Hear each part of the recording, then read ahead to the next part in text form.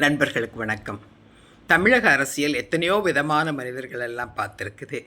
கொலைகாரர்கள், கொள்ளைக்காரர்கள், கடத்தல் செய்கிறவங்க, போதைப் பொருள் விற்கிறவங்க, கள்ளச்சாராயம் காய்ச்சுறவங்கன்னு எவ்வளவோ பேர் இங்கே எம்எல்ஏக்களா, எம்பிக்களா இருக்கிறாங்க, மந்திரிகளா இருக்கிறாங்க.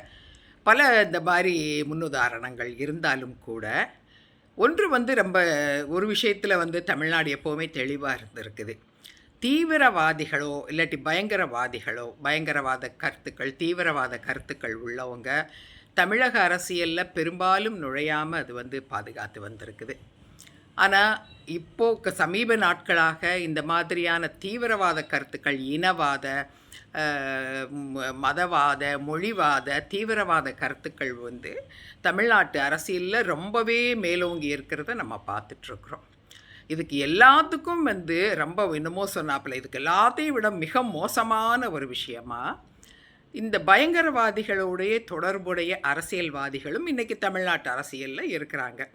யாருன்னு உங்களுக்கு தெரிஞ்சிருக்கலாம், இருந்தாலும் தெளிவாக சொல்கிறேன். சீமான் அண்டு நாம் தமிழர் கட்சியினருடைய பயங்கரவாத தொடர்புகள் ஏனோ இன்னைக்கு வரைக்கும் யாரும் சீரியஸாகவே எடுத்துக்கல. என்ஐஏவும் இருக்குது. என்ஐஏவும் இதை பற்றி எதுவும் சீரியஸாக எடுத்துக்கிட்ட மாதிரியே தெரியல. அங்கொன்றும் இங்கொன்றுமா யாராவது செகண்ட் லைன் தேர்ட் லைன் லீடர்ஸை ஏதோ பண்ணுறாங்க, இல்லாட்டி கேடர்ஸை கேட்டிருக்காங்களே தவிர சீமானை கூப்பிட்டு கேட்டதாக நமக்கு இது வரைக்கும் எந்த தகவலும் இல்லை, இல்லாட்டி வெளியில் நியூஸ் இது வரைக்கும் வரல. சீமானுடைய பயங்கரவாத தொடர்புகள் அப்படின்னு நம்ம சொன்னால், முதல்ல ஃபஸ்ட்டாக நம்ம சொல்லணுன்னா அது JKLF, Jammu Kashmir liberation front அப்படின்னு சொல்லக்கூடிய காஷ்மீரில் செயல்பட்டுட்டு வந்த பயங்கரவாத குழு ஒன்று. 1990 இந்துக்கள் பெருவாரியாக அங்கே கொலை செய்யப்பட்டார்கள். அங்கேருந்து விரட்டி அடிக்கப்பட்டார்கள். கொலை செய்யப்பட்டது ஒரு பக்கம்னா பட்டு விரட்டி அடிக்கப்பட்டவர்கள் ஏராளமான பேர்கள். காஷ்மீரில் இனிமேல் இந்துக்கள் வாழக்கூடாதுன்னு சொல்லி நிறைய பண்டிட்டுகள் அப்படின்னு சொல்கிற இந்துக்கள் அங்கே நிறைய பேர் இருந்தாங்க. அவங்களெல்லாம் விரட்டி அடித்தார்கள். அப்படி செய்த அமைப்புகள் அதில் பல இஸ்லாமிய தீவிரவாத குழுக்கள் இருந்தது. அதில் முக்கியமானது JKLF அப்படின்னு சொல்லக்கூடிய ஒரு குழு. அந்த குழுவை சேர்ந்த ஒரு முக்கியமான தலைவனான யாசின் மாலிக் அப்படிங்கிறவனோட சீமானுக்கு நல்ல தொடர்பு இருக்கிறது. அந்த யாசின் மாலிக்கை தமிழ்நாட்டுக்கு கூட்டிகிட்டு தமிழ்நாட்டில் அவரை வச்சு கூட்டமும் போட்டார் சீமான்.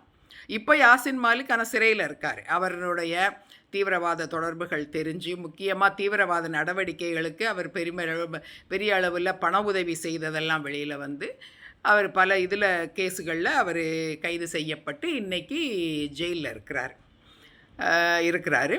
ஆனால் அவர் அந்த பயங்கரவாதி, ஆனால் ஏராளமான அதற்கு முன்னாலேயே பல பயங்கரவாத செயல்களை இந்த JKLF நிறையா செய்திருக்குது. இப்போ ஒரு யாசின் மாலிக் உள்ளே போயிட்டாலும் கூட இன்னும் பல பயங்கரவாதிகள் இல்லாட்டி தீவிரவாதிகள், JKLF தீவிரவாதிகள் காஷ்மீர் தீவிரவாதிகள் வெளியே தான் இருக்கிறாங்க, இன்னும் வெளியே தான் இருக்கிறாங்க. அதே மாதிரி சீமான் இன்னைக்கு வரைக்கும் தொடர்ந்து கோவை குண்டுவெடிப்பு தொடர்புடைய அந்த குண்டுவெடிப்பு குற்றவாளிகள், இஸ்லாமிய குற்றவாளிகளுக்கு அவர்களுக்கு விடுதலை கொடுக்கணும்னு இன்னைக்கு வரைக்கும் போராடிக்கிட்டு இருக்கிறத நம்ம பார்க்குறோம். அதே மாதிரி அதோடு சம்மந்தப்பட்ட அல் உம்மா அமைப்பை சேர்ந்த அவங்களெல்லாம் அப்பா, என்னுடைய அப்பா அப்படின்னு எல்லாம் நெருக்கமாக பேசுகிறதும், அவர்களோட சிறையில் இருந்த காலத்திலே நெருங்கிய தொடர்பில் இருந்ததாக அவரே பெருமையாக சொல்லிக்கிறதையும் நம்ம பார்க்குறோம். இவருடைய இந்த தொடர்பு இது உண்மை, இது எவ்வளவு தூரம் ஆழமானது, இதுக்கு மேலே இதில் என்னென்னலாம் இருக்குது, இவர்களுடைய விடுதலைக்கு மட்டும்தான் இவர் குரல் கொடுக்குறாரா, இல்லை இன்னும் வேறு என்னென்னலாம் இருக்குதுங்கன்னு இதை பெரிய அளவில் தமிழ்நாட்டில் எக்ஸ்ப்ளோர் பண்ணதான் நமக்கு தெரியவே இல்லை. இதை பெரிய அளவில் கேள்வி கேட்கப்படவும் இல்லை. இது ஒரு சாதாரண அரசியல் மாதிரி தான் தாண்டி போகிறாங்க. இதே மாதிரி பேசின மற்றவங்களுக்கெல்லாம் எவ்வளவோ கேள்விகள் எழுப்பப்பட்டிருக்கு, இன்வெஸ்டிகேட் பண்ணியிருக்கிறாங்க. ஆனால் சீமானை ஏன் இன்வெஸ்டிகேட் பண்ணலை அப்படிங்கிறது நமக்கு தெரியலை. இது ஒரு விஷயம். இன்னொரு பக்கம் பார்த்தா தால் கல்சான்னு ஒன்று இருக்குது, காலிஸ்தான் பயங்கரவாத அமைப்பு. காலிஸ்தானில் காலிஸ்தான் தனிநாடு, பஞ்சாபில் காலிஸ்தான் தனிநாடு வேணும்னு கேட்டு போராடுன்னு அதுவும் ஒரு குழு. அங்கே பல குழுக்கள் உண்டு. அதில் இந்த தால் கல்சாங்கிறது ஒரு குழு.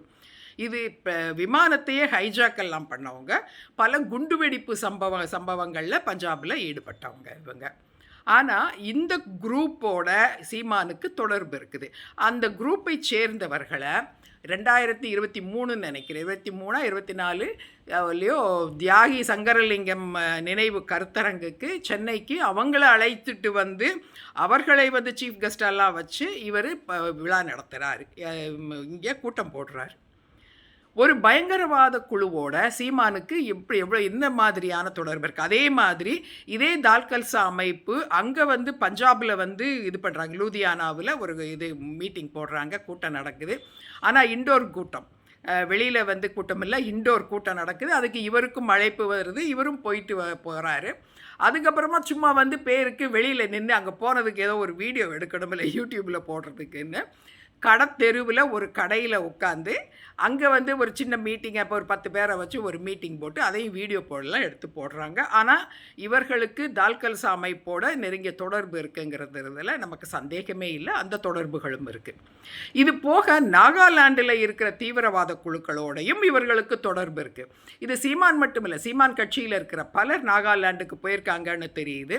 இதில் முக்கியமாக களஞ்சியம் மாதிரியானவங்க வந்து, களஞ்சியம் இன்னும் சில சீமான் கட்சியை சேர்ந்தவர்கள் நாகாலாண்டுக்கு போய் அந்த நாகாலாண்டில் இருக்கிற அந்த தீவிரவாத குழுக்கள் அரசுக்கு எதிராக போராட்டம் செய்துகிட்டு இருக்கிற இந்த தீவிரவாத குழுக்களோட இவர்கள் பழகினது, இங்கே அங்கே எப்படியெல்லாம் வந்து இருக்கிறாங்க அப்படின்னு தெரிஞ்சுக்கிட்டு வந்ததெல்லாம் பெருமையாக களஞ்சியம் ஒரு வீடியோவில் சொன்னதையே நம்ம பார்த்தோம்.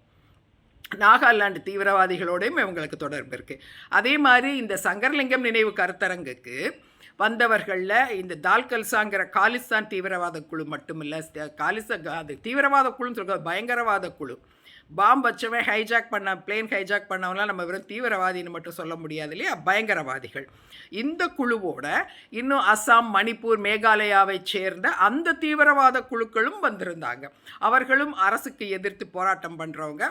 இங்கே மேடையில் வந்தேமோ இவங்க வந்து எங்கள் தமிழ்நாட்டில் இந்த சீமான் மேடையிலையும் அவர்கள் அதே கருத்தை தான் பிரதிபலிக்கிறாங்க. அதை விட சீமான் கட்சியை சேர்ந்தவர்களும் அந்த மேடையில் வந்து எல்லாருமே இந்திய அரசுக்கு எதிரான கருத்துக்களை தான் இவங்க வந்து வெளியிட்டாங்க. இந்திய அரசை தங்களுடைய எதிரி அப்படின்னே சீமான் கட்சிக்காரங்கள்லாம் வந்து அதில் குறிப்பிடுறாங்க. இந்த அளவுக்கு தீவிரவாத எண்ணங்கள் உடையவர், பயங்கரவாத குழுக்களோட தொடர்புடையவர்.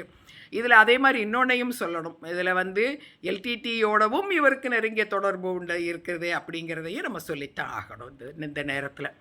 இப்படி பல பயங்கரவாத குழுக்கள் இல்லாட்டி தீவிரவாத குழுக்களோட தொடர்புடைய இவர் இப்போ நாளை பின்ன வந்து இவங்களில் யாராவது தமிழ்நாட்டு அரசியல் அதிகாரத்திற்கு வந்தாங்கன்னா இவர்களுடைய இந்த Kashmir liberation front, JKLF Kashmir பயங்கரவாத குழு, பஞ்சாபு பயங்கரவாத குழுக்கள் பற்றி இவர்களுடைய நிலைப்பாடு எப்படி இருக்கும்?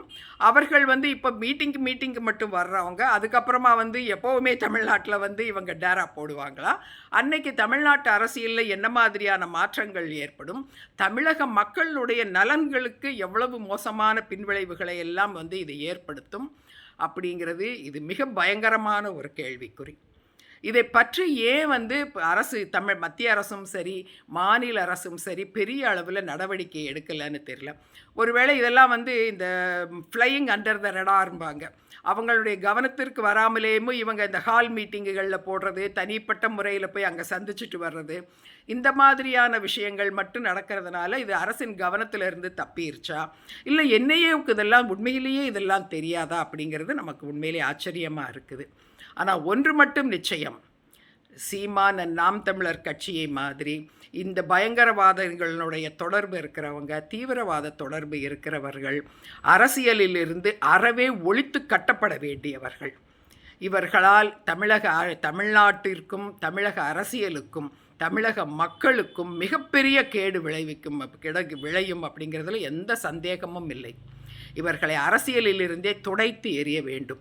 வரும் தேர்தலில் இந்த பயங்கரவாதிகளுடைய தொடர்புடைய இந்த தீவிரவாத கருத்துடைய சீமான் நாம் தமிழர் கட்சியைச் சேர்ந்த அவர்கள் யாரும் தமிழ்நாட்டில் அரசியல் அல்லது அரசியல் அதிகாரத்திற்கு வருவதற்கு நாம் எள்ளளவும் அனுமதிச்சிடக்கூடாது.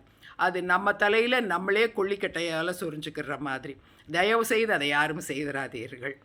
போடும்போது இவர்களுடைய இந்த பயங்கரவாத தொடர்புகளை, என்னென்ன தொடர்புகள்லாம் இவங்களுக்கு இருக்குது, ஜேகேஎல்எஃபோட தொடர்பு இருக்குது, அதாவது காஷ்மீர் பயங்கரவாத குழுவோட தொடர்பு இருக்கிறது, கோயம்புத்தூர் கோவை குண்டுவெடிப்பு சம்பவத்தோட தொடர்புடையவங்களோடையும் இவங்களுக்கு தொடர்பு இருக்குது, காலிஸ்தானில் பாம்பு வைக்கிறவங்களோடையும் இவங்களுக்கு தொடர்பு இருக்கிறது. இதெல்லாம் ஞாபகம் வச்சுக்கிட்டு அதன்படி உங்கள் மனசாட்சிப்படி நடந்துக்கோங்க. ஓகே, பாய்.